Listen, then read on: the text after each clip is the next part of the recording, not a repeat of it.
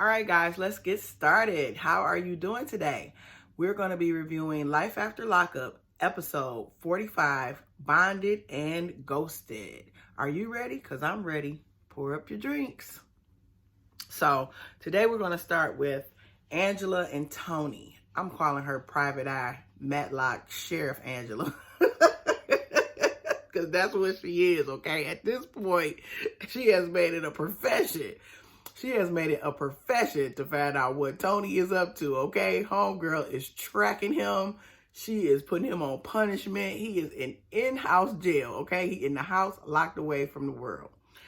The show opens up with her, the scene, I should say, opens up with her and Tony at the house, and she's all dressed up in her little red number for the night. And Tony says, "You look good. Where are you going?" She said, "I'm going out with my friends. I'm going out with Brenda, my sister Donna, and Tommy. She's going out with Tommy, the one that liked her, who tried to propose to her and get her to shake Tony, but she wouldn't give it up to Tommy. She in love with Tony." So he's like, "Well, I want to go." He's like a kid when your mama about to go to somewhere and she ain't taking you. He like, "I want to go." She's like, "You ain't going because don't nobody like you."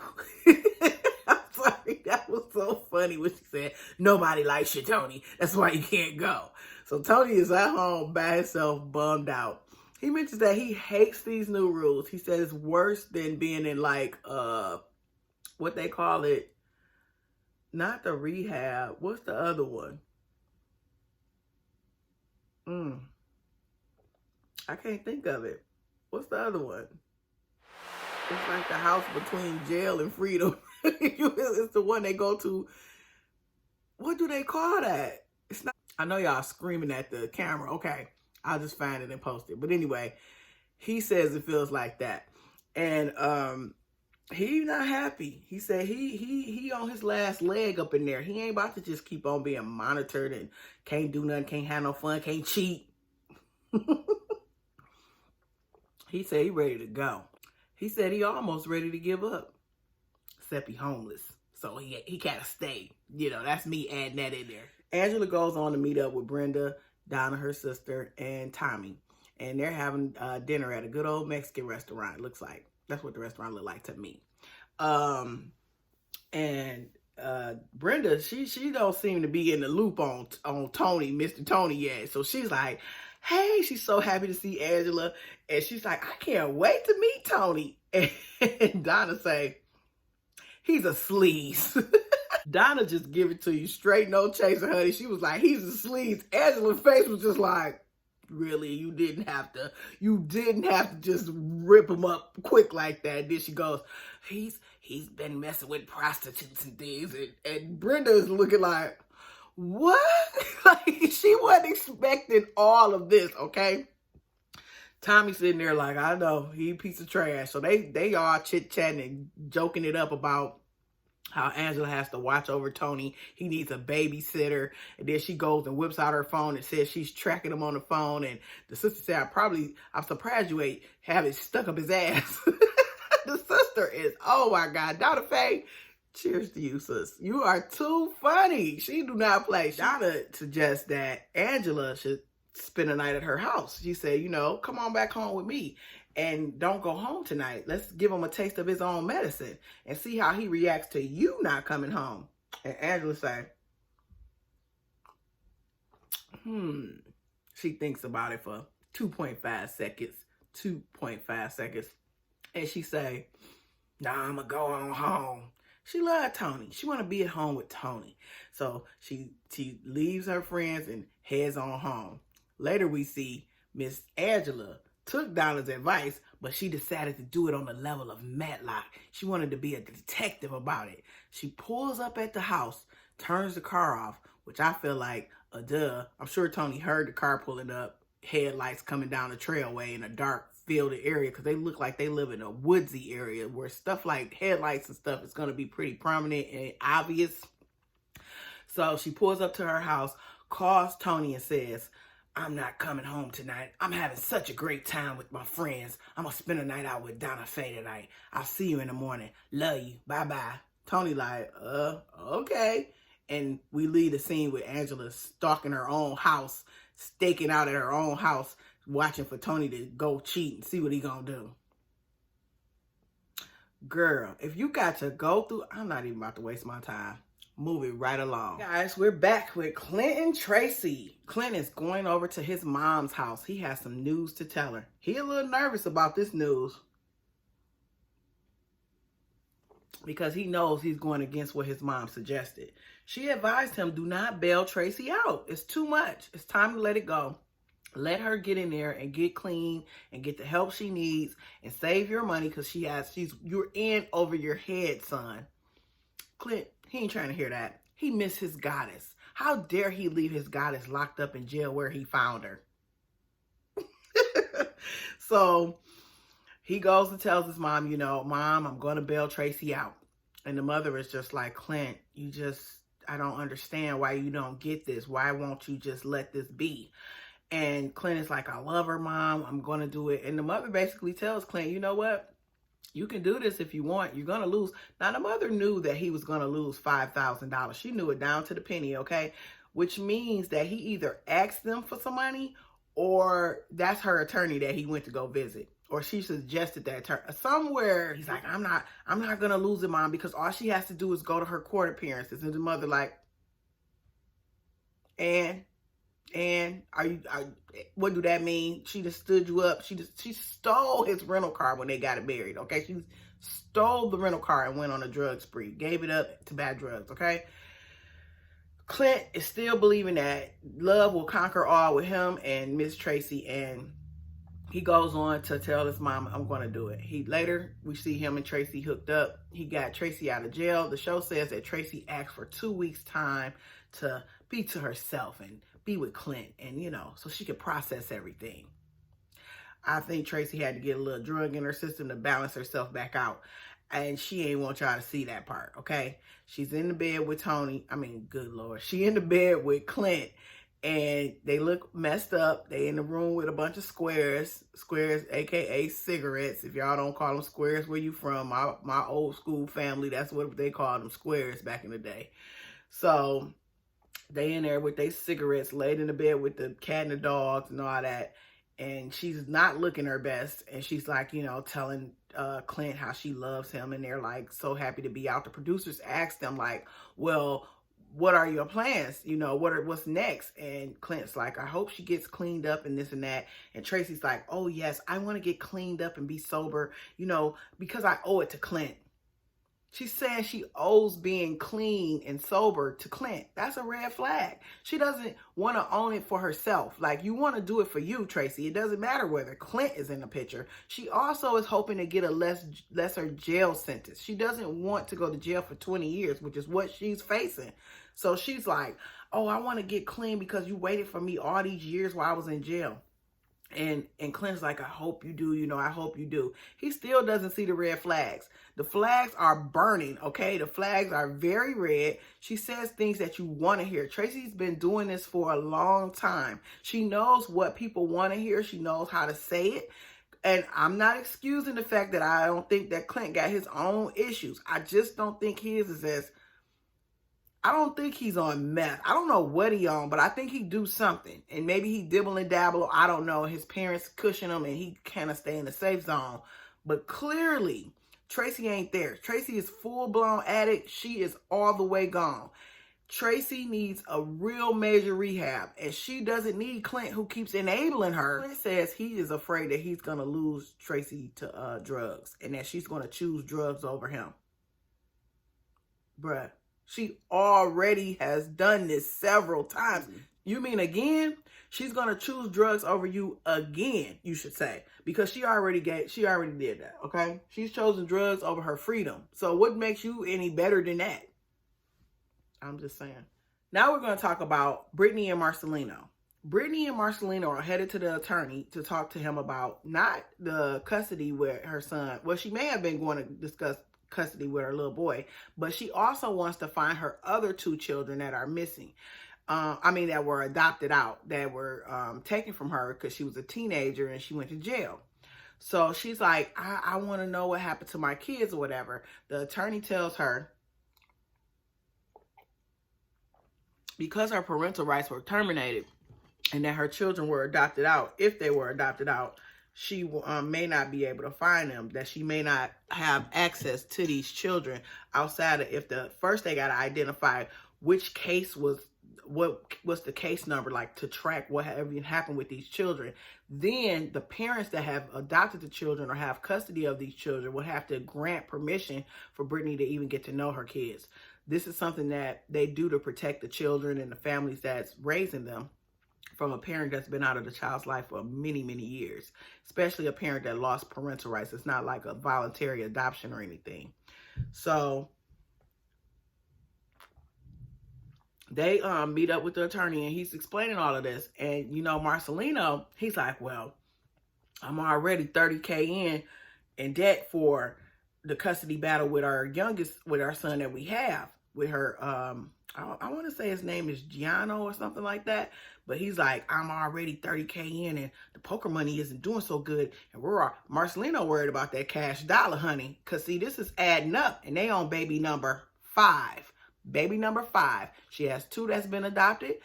1 with Marcelino, 1 with this other guy, and 1 on the way with Marcelino. So Marcelino knows that this is going to cost him a little bit of paper. Okay? And he don't have it. He a poker player. He gambles. So he has good days. He has bad days. Again, I know the show pays them, but how much does the show pay them? And you got to figure they only get it on a couple of scenes a episode. Brittany, on the other hand, she just wants her kids back.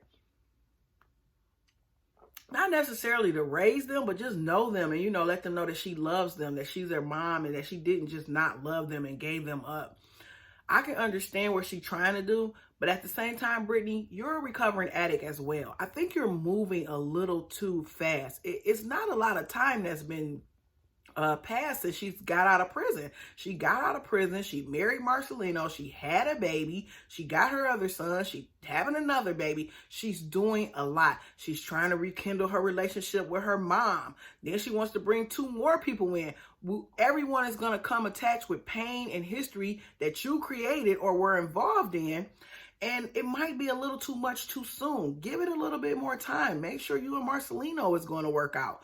Give it a couple more years, because what environment are you bringing the children into? Are they even used to all this chaos? You know, your husband attacked your ex over a conversation about custody of your child. He is the reason it's costing you over $30,000 to keep custody of your son, because he wanted to fight the guy that you had a kid with. That's a problem for me. So I think that Brittany needs to slow it down a bit. I get what she's trying to do, but maybe slow it down a little bit, sis, because you might be putting on a lot more than you can handle. And we have to remember that she is a recovering addict as well. We don't want too much to push her in the wrong direction. Next, we have Andrea and Lamar. Now, Andrea and Lamar, they was a little spicy this episode, honey. Now, mind you, she ain't giving it up. He been home visiting from California, and he wanted a little nookie. He wanted a little cookie. And she like, no. You ain't getting none of this because you don't want to be a Mormon, and you don't want to live in Utah. However, I'm going to take you to a sex toy store. They up in this store that sells lingerie and sex toys. And let me tell y'all about Miss Andrea, honey. That Mormon right there, she a freak. She over there. Lamar ain't even ready for her, honey. Lamar like, damn, baby, I mean, you teaching me something. Yeah, she goes in this, and she is when I tell you her eyes are lit up like a kid in a candy store, she is excited about being in this store. She asking for dominatrix stuff. She want to know where the dildos are. She ain't holding you up, honey. She want to know where the big boys is hanging. Literally, the big boys. And I'm sitting here watching it like, Lamar, don't let her buy a dildo. You gonna really get cut off. Don't let her buy them toys. Tell her, look, you ain't making it out with me. So no, we not getting no toys until we actually have sex. We ain't about to be buying toys for you to be in a room having a ball with your door lock, which is his door, which makes no sense, but okay. She's locking him out the room and making him sleep on the couch, and she's sleeping in the room by herself with the dildo. I know, please YouTube, don't ding me for this review. This is the story that the Mormon was in the sex toy store getting toys. I'm just saying, that's what she was doing. She even asked Lamar, can she put him in handcuffs? Lamar like, no, I ain't getting no handcuffs. I've been in jail for 20 plus years. I'm straight on handcuffs. Like, that was so insensitive when I heard her say that. I'm like, dang, why would you even ask him that? Like, that's part of his worst memories of his life is getting locked up and being in handcuffs. But just for your freaky pleasure, you want to ask the man to be put back in handcuffs to mess around with you. That Andrea. When I tell you she a mess, I mean it. She is a hot mess. So they had a little scene where she was teaching her daughter how to drive. This was so funny to me. The daughter is in the car. It's her, Nyla, and Priscilla. And Priscilla in the backseat with her little seatbelt on. And Nyla driving. And they in the parking lot. She got like cones set up and everything. And Andrea like, okay, nah, Nyla, don't 2-foot the car. And Nyla like, oh, I'm left hand, so I got to drive with my left foot.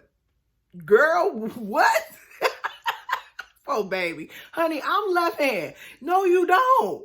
No, you don't. You do not drive with your left foot, and you do not need to 2-foot the car. Oh, Andrea said she won't be driving no time soon, and that is something me and her both agree on, okay? I thought it was a cute moment on the show, though. She was tearing that car up. Little Priscilla was in the back like, I don't know if this is a good idea. The next scene, they show that Andrea and Lamar are setting up for a Mormon Bible study. So Lamar is instantly telling her, like, I'm not interested in doing a Bible study. That he doesn't want to be there for the Bible study because he's not a Mormon. He doesn't plan on becoming a Mormon. He doesn't believe in the Mormon scripture. He is against it because it's against him. So Andrea's like, well, when he was in jail, he promised me that he would do one Bible study a week or a month or something like that.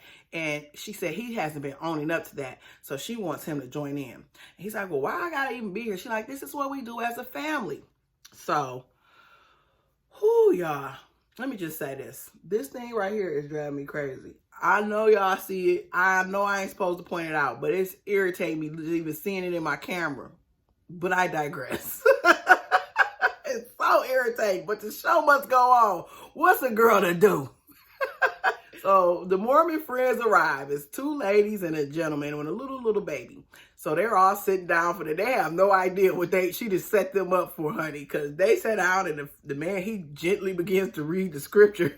The word says X, Y, and Z, and Lamar is instantly like, I don't want to be here. First of all, when they got there, he offered them a beer. Lamar has become my new favorite character. Ain't that something? The rapping Lamar is my favorite guy on Life After Lockup. Ain't that something? He offers them a beer and goes on to tell them, I don't believe in Mormonism. It's not a religion that's for me. He shows them where the scripture is saying that before 1978, so this black people have not been welcomed into this culture for as long as I had, only just a little bit after I was born. I was born in 77. We still couldn't be Mormons in 77. In 78, a little bit after that, we were welcomed, some of us, I guess, were welcomed into their culture. I don't know why, but for whatever reason, they didn't feel like black people they said black people of African descent. Well, from what I can tell, I don't know any of us who don't have any African descent, including them. So they just basically saying no blacks. That's just saying no blacks because we all came from Africa, and definitely African Americans are from African descent. Okay? But anyway, so they proceed to go into, trying to confront him and go back. But he has already told them, like, I believe that my spirituality should go back to, that's something related to, that I can trace back with my descendants, which is African descent. So I'm going to go and believe, my beliefs are African based. And he's like, Mormons rejected black people. I am not part of your scripture. I don't want to study this. I'm messing with my spirituality. And he's like, do you think I should be forced to be in a Bible study and be in a religion that I don't believe. And one lady like, I was forced as a child. He like, but as an adult. And she like, well, they like, well, trying to break it down and stuff. So Andrea gives some spiel about how she was so broken and hurt, and that Mormonism saved her when she found the truth and the light, and now she wants to save him. Here's the thing. Religion can do that to you because of just the structure of giving yourself boundaries. Okay, so you have to understand that everybody can say some form of religion changed their life because it gives you structure. Okay, but it also, you have to look deep into the scripture of whatever your beliefs is and make sure that what you're surrounding yourself with is something that I guess will be good for you. So that's her choice. If she wants to be a Mormon, let her be a Mormon. I'm not knocking that. But you can't make this man be a Mormon. But that's something I've said forever. He's not a Mormon. And he's not going to be a Mormon. Lamar is not ignorant. He's like, I have my own beliefs and my spirituality is very important. That's true. Even the argument of living in Utah versus living in California, that's something that can be, you can go back and forth. But to tell me to believe in your beliefs when I don't, it's just not fair. It's like marrying a Muslim and a Christian getting married, and then both trying to force each other to be what the other is. And then a lady, Carrie, she tries to tell him like, well, you and her are going to have problems parenting your children because you guys got two different beliefs and stuff. Now, mind you, I think Lamar is a better parent than Miss Andrea when it comes to listening to the kids and giving them a voice and actually giving them a little bit of balance. I'm not saying she's a bad mom. Her kids are beautiful. I do think that she does lie a lot to her children. I think she's got a major, I would love to hear more background on this lady because she's something else. She is something else. She is something to dissect and study, okay? But yeah, basically, Lamar ain't about to have that. He not buying it. And when the friend Carrie called herself trying to get him together and make him listen to her, she's like, Lamar, and something. And she goes to touch him, and he's like, don't touch me. Don't touch me. And she like, she reaches in again after he said, don't touch. He's like, I'm starting to feel like, this controlling it. He didn't like that. I'm saying. Because I have lots of spiritual growth. Lamar, let me say what I'm trying to say. You don't have to touch me. Okay, so. Don't have to touch me because I'm starting to get upset. Okay. You're gonna like, don't mock him. Don't make a mockery of him. And like you don't have to listen to him when he told you not to touch him. Put your hand down, girl. Put your hand down. The people say they weren't there to try to confront him or make him do anything or force him to do anything. Lamar got up from the table and said, may I be excused? And they finally said, yes, please, get away from our table. Because we ain't trying to keep getting checked by you, Mr. Black Man from Africa. So Andrea just tells them, like, I just know that I'm so appreciative that I found the truth. And she says, she basically feels like Lamar is doomed. Like, she's just like, I just don't know how to save this beautiful person that I love so much. He doesn't know the truth. Do he not know the truth, or do you not know the truth? But we all believe that, right? We believe our beliefs are the truth. That's just what it is. So she's like, I don't want a divorce. She crying. She like, I can't believe this is a problem. You can't believe that a black man from LA wasn't trying to run and be a Mormon in Utah. You can't believe that? I know he probably said some stuff in his letters or something, but she even said about the letter writing on something I was watching, that Lamar's letters was quick and simple, and hers was like detailed and long, and Lamar just was doing whatever he was doing. So I don't know. I feel like she created this fantasy in her mind that this man was going to get out of jail, but that didn't work out. So moving right along, Lamar wasn't bad. He said, I hope y'all learned something today. I hope y'all learned something about what I had to share with you about your religion. You looking at Andrea really like, you woke up, yes, sis? She not. Her eyes still closed, Lamar. She's still happy to be in Mormonism in Utah, and she ain't trying to leave. She wants you to join, wake up, and come with her. So guess who's Bazak? Now, they lost their spot. They not the most ratchet couple this episode. They still ratchet. They just wasn't the most ratchet couple this episode. We giving that up back to the reigning champions, Megan, Michael, Sarah, and now Maria. So, for Cheryl and Josh, Cheryl and Josh are back at the ranch, okay? They are at the house. Remember last week the ordeal jumped off where Tina bopped Cheryl. She gave her a good bop, okay? I needed some bop in it. She needed the baby. She needed the baby. She had to bop old girl up. So Cheryl is in the house. Now, you know what I found fascinating is Tina, she in the house and she, getting stuff together, getting her little, her granddaughter together, and she cleaning up because she about to leave. I was shocked at that. This is where me and Josh's family is totally different. Tina should have put Cheryl out immediately. I don't know if Tina was running from the cops, scared that Cheryl was going to call the cops on her or what, but Tina was getting the heck up out the house.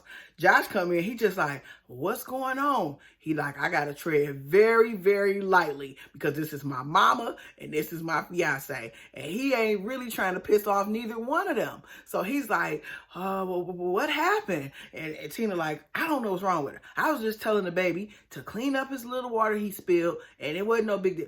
Like, Tina was telling the truth. It was something simple. I mean, we heard the recording. We heard Tina talking to Brandon, and she was nice about it. And Cheryl snapped at her, and I heard a thump in the background, so I don't know if she slammed the door on her or whatever happened, but Tina bopped her. So Cheryl is on the porch still ranting about how she's done and she refuses to live here. You would never get a chance to stand on my porch talking about you refuse to live here. Get out right now. You ain't even got to wait, like Martin say. Get on up out of here. Peace be gone. Bye-bye. You don't need to be up in my house no more. You mad, remember? Get out. So Josh is just like, oh, wow, that's crazy. He like, I don't know who to believe because they both are so stubborn. He like, they're just stubborn chicks, Josh just trying to play in the middle and be safe. He does mention that Cheryl is either extremely angry or she's happy. He said there's no in between. Sounds like he's trying to describe a bipolar personality. I don't know. I'm not a doctor. I can't say. But he did say that she's either happy or she's angry. And he means really angry. So he's like, there's no talking to her. So he said he's just going to let her calm down like a kid having a temper tantrum. That's his plan. So he's sitting there talking to Cheryl. And she's like, I drove thousands of miles to see you and be with you, and your mom wouldn't even drive a couple 100 miles for you. She literally wants him to choose between her and his mom. His mom that birthed him, raised him, and got him and let him stay with her after he got out of jail and is doing everything for him. Clearly, he doesn't have much to give, and the mother is still she even trying to put up with you, Cheryl. So I know Tina a good mama. Just on the script, Tina said she tired of being nice. And she was trying, y'all. You could tell she was trying. Because if you seen them the first time they aired, Tina wasn't about that life with Cheryl, okay? So she's like, I don't like her. I don't have to like her, and I'm not going to like her. Cheryl steady in there trying to convince Josh not to like his own mama. Josh like, I mean, yeah, but my mom been with me through multiple jail stints. He like, and the fact that she raised me, all these years. He don't know what to really tell her. And, Cheryl just really think that Josh supposed to pick her over his mama. And I think that's ridiculous. Like, I think even if you don't get along, I never would expect that. Like, you ain't got to pick her, but I'm going to move up out of here and I'm going to find my own space. And me and her won't probably coexist a lot, but I won't have to deal with her much when I get my own place. So, yeah, Josh is saying he is in over his head. Poor little Josh, he waking up. He said, I think I'm in over my head. He said, I don't want these qualities for my wife. Again, Cheryl, you're doing too much. And, oh, man, y'all, I noticed she had a tattoo of Michigan on her arm. I got to apologize to Colorado and Texas. I'm thinking she one of ours. I'm thinking she is from Michigan. Damn. Here, I'm telling her, don't come back. And she don't have to come back now. I'm sorry we sent her, but she gone. Y'all can keep her, okay? He ain't feeling Cheryl with this behavior. So who knows? Right? Will they make it? What's the next step? What's going to happen? We going to find out. All right, guys. Finally, we got to the number one most ratchet couple of the episode. Michael, Megan, Sarah, Maria. Oh, God. Michael, just, it's too much. It's too much. I'm out of coffee. This is the last one. It's too much. Michael has made it to New York. Him and Maria. They finally show her on camera. She's an older looking lady. Like, older than Michael. I'm not saying she grandma or nothing, but she older than Michael.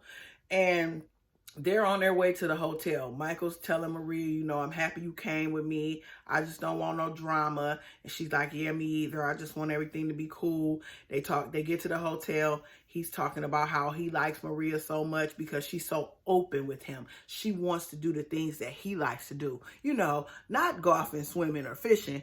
Threesomes. He wants some threesomes, okay? And Cheryl and Sarah ain't about that life, apparently. So they are, but they only want it one-on-one time. You know, Sarah this Monday and then me Tuesday. And, you know, that's how they want it, Megan and Sarah.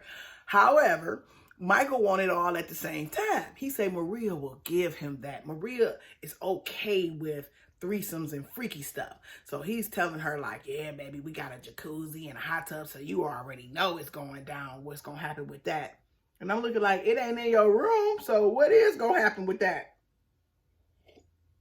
Are you planning to do something in the common area where all the other folk is going to be? Ew. That's disgusting, Michael. That's disgusting. Maria tells us that her and Michael have trust.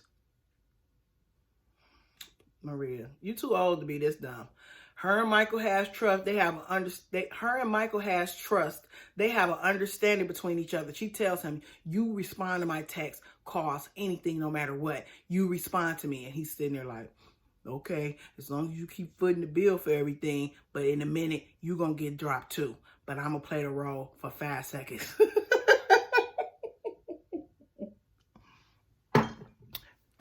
Maria says, Megan is a sea creature to her. What do that mean? She says she's not fazed by her. Were you trying to call her a sea creature like you was calling her ugly, sis? Because don't do that. Don't do that, Maria. Maria with a mustache. Don't do that to Megan. Megan look better than all y'all, okay? And it ain't about looks. It's about the fact that this man is a dirty dog.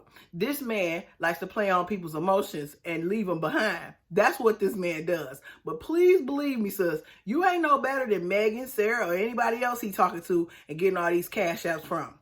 So she tells us that she's not comfortable with the Sarah situation. However, she and Michael has the trust I mentioned and that they're going to work through it. She don't like that Sarah got them kids because she knows Sarah got that power with those children. So she like, she's just waiting for him at the hotel while he goes to visit the kids. Now, before he walk out the door, he tell her, now you go take a shower, you get washed up, and I'll be back. What's she thinking, Michael? Was you getting a little hit on your nose? And you like, make sure you wash your ass before I come back. Woo, he's going to get freaky when they get back. Megan is on a nature walk trying to work them pounds out. She want to put her fucking dress girl on. She want to put that fucking dress on. Remember Marty said you got to get your fucking dress and go out with your girls when your man mess up on you. So she want to get out and lose that weight. So she walking with her friend B, getting her exercise on. Now B is cut. B got the muscles. He is cut. So B is like, hey, what's up? So she like, yeah, you know, I ain't talked to Michael in like 3 weeks. He ghosted you, sis. She got ghosted. Mike ain't called, text, send no pictures, like no pictures on Instagram, no inboxes on Facebook, nothing. Nothing. No form of communication from Michael. Why? Because Michael is with Maria. Sarah doesn't understand. I'm saying Sarah, but I mean Megan, but they the same people. Doesn't even matter. They both confused women who love Michael. She can't believe that Michael can love her and do the things that he does to her. Like, she can't understand why he would want to talk to other women and, you know, leave her behind when they have love together. Why don't you just call? Why doesn't Megan and Sarah just talk on the phone so they can realize maybe how much they have in common and how, Megan, you're no better than Sarah. Sarah, you're no better than Megan. And you guys are both just two out of a group of women that he's playing. It's not just you versus her. It's just all y'all versus Michael. Like everybody versus Detroit, all y'all versus Michael. And y'all need to wake up and smell the coffee, no pun intended, and get him out y'all life. She talking to her friend B, and she telling him, like, you know, he ain't talking to me or nothing. B like, good. And he said good because he don't like Michael. And he want him out his best friend life. He know that Michael not right. And he tells her, like, I just want you to be over him. You need to be done with him. And she's just like, I don't know, you know, I'm walking off these lies he was feeding me. You know, they were very heavy in calories. So they continue to do their little exercise walk. But that was her little snippet. She trying to figure out what happened. Why did Michael leave me? Boo hoo hoo. Now, Michael finally goes to see his kids. He said it's been 2 months since he saw the girls. He calls them his pretty girls. And he pulls up and Sarah's outside with the babies. And mind you, she didn't give Aviana any heads up that Michael was coming. When Michael gets out the car and Aviana realizes it's her dad, this poor little baby breaks down crying in fear and runs to her mom. Now, I'm sure a lot of you are saying, oh, that's because Michael don't be coming around enough. And Michael, he did this to himself because he don't call his kids. He don't be seeing his kids like that. Now, he said it's been 2 months. And we know because when he took pictures of when they had the little infant, right, when Rain was a little baby. I mean, she's still a baby. She's so cute, too. When Rain was a baby, he took pictures and stuff. So he did go see them a couple of months ago because the baby's only a couple months old. And Aviana is terrified. So Sarah's like, no, you're not going to get her. You take Rain and I'll talk to my daughter and you just wait. And Michael like, wait for what? Like, why is she so scared? Michael in America and the world, please hear me and hear me clear. Sarah is brainwashing Aviana. Why do I say this? Because the baby says, I'm scared he's going to take me. Now, either she not intentionally brainwashing the baby, but she's talking too much around the baby about Michael. She's saying grown folk conversation around this baby that shouldn't be said, okay? She's like, oh, you think he gonna take you? I'm not gonna let him take you. And Michael like, I don't want to take you. You know, he's so hurt that the baby is so scared of him. And I mean, like, I get that Michael can be a bum as a father and he could be a way better father. But I do have to give it to him that he does come to see his kids. It's guys that don't come see kids for years, not no couple months, years. He don't get no brownie points, but I am saying that he's trying a little bit. And he does know too that Sarah tries to control him with his kids. Here's another example of that. Sarah, so once Aviana, you know, is comfortable knowing that he's not taking her, and she makes a quick statement like, I want my grandma to be here too. So, but this is why she's all worked up and scared, right? So then Michael keeps talking calmly to her and Aviana, you know, tells her, then Sarah's like, you want to play with your dad? You want to do this?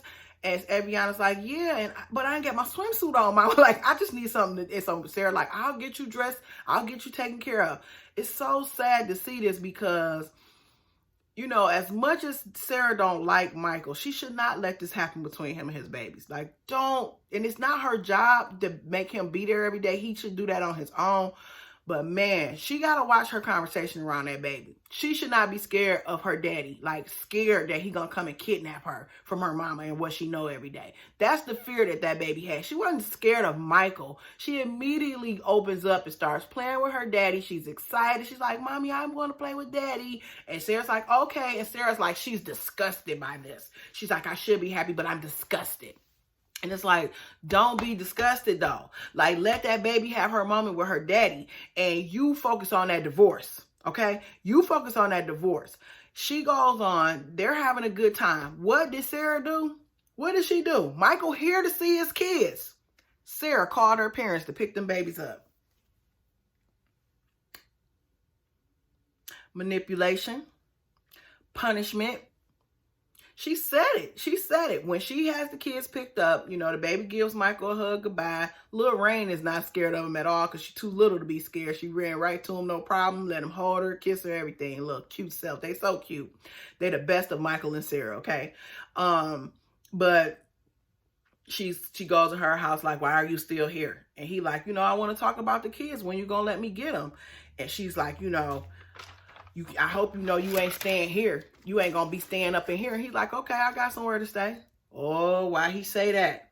Because see, this is what it's really all about. It's about her and him. It has nothing to do with them babies. Because one, why did you get rid of the kids as soon as he got there to play with the kids? Like, why didn't you let the kids stay and hang out? I mean, if you trust him enough, he could have hung out at the house and you could have left for a little while. And if you don't trust him like that, you could have let him take him to a general location and spend some time with the kids. But you didn't want that because that wasn't enough to punish him. He needed to be punished in your face. You want to see the pain. You want to see some tears or something.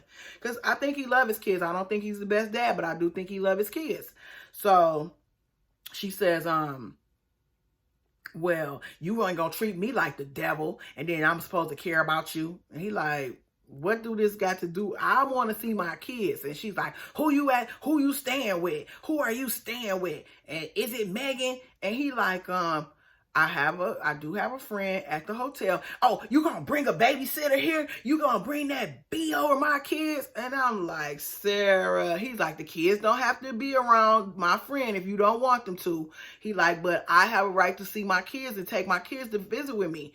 And she is just like, no, no, no. She wants all the control, okay? And Sarah just wants all the control. That's just what it is, bottom line. She doesn't want Michael to have a life after her. If it ain't with her, it ain't no life. She uses the children against him. And I believe him. He said, it's right. Sarah can't control him anymore. And, that's why she's so angry. Now, he playing games too, because he knew that having a girl up there would make her upset. He knew that would cause an issue. But that's his right. He can do what he want to do. He a free man. He getting a divorce. He want a divorce. I don't know what's taking him so long, but, the problem with men like Michael is that they don't have the initiative. They don't take the initiative in court. They let the women lead in the court process when they should lead. Like, you go down there and you fight for your rights for your kids. You follow up with the divorce. You go down there and ask the questions. Stop letting these women run there first and get in control of the situation. And that's what most men do. And then they sit there scared and don't want to go up there and, he been in jail and in the system. So the courts in his mind are not his friends. But in this case, you a married man with 2 children and you trying to be in their life. And you need to take your little sorry self down there and talk to the courts and get what you need done. Not to mention, I didn't like when he said, oh, I wasn't able to see them for 2 months. Come on, Michael. You was able to see them. You just didn't. You was down there in Texas chasing after Megan, checking her, and then you wanted to be with Maria. You're not thinking about being around your kids all the time. Make them women come to you. If you so bossy like that, make them come to you where you and your kids at. Simple as that. Stop going and leaving them and giving Sarah ammunition to call you a terrible father, which you are, because you ain't doing everything you're supposed to do. But he even tells Sarah that, like, you call me such a horrible person. I'm such a monster. Why you even want me around the kids? You fight so hard because you want me. He just calling out her hypocrisy. Like, you say I'm the worst person in the world, but always want me around. Because she want them for herself. She ain't thinking about them kids. She want this picture perfect story. And she thinks that by being mean and shouting and screaming, sending the kids away when he come to visit the kids that she claims she wants him to bond with, none of that makes sense. So, yeah, Sarah, you get a big thumbs down for this. I mean, I couldn't believe you did that. Like, why would you call your mother over there when the babies was having a good time with their dad? Anyway, that was the end, guys. That was the episode. It was very intriguing. They did show some previews for the season. The rest of the season, it does look like we're going to get a lot more drama. So hold on to your hats. Keep tuning in. Please don't forget to like, share, subscribe to my channel, and come back and visit me. I will try to keep posting as much as I can, and I do apologize for any delays in some of my videos getting up. Editing ain't no joke. But I am happy that you came back to see me. Hope you have a good one and a blessed one. Goodbye.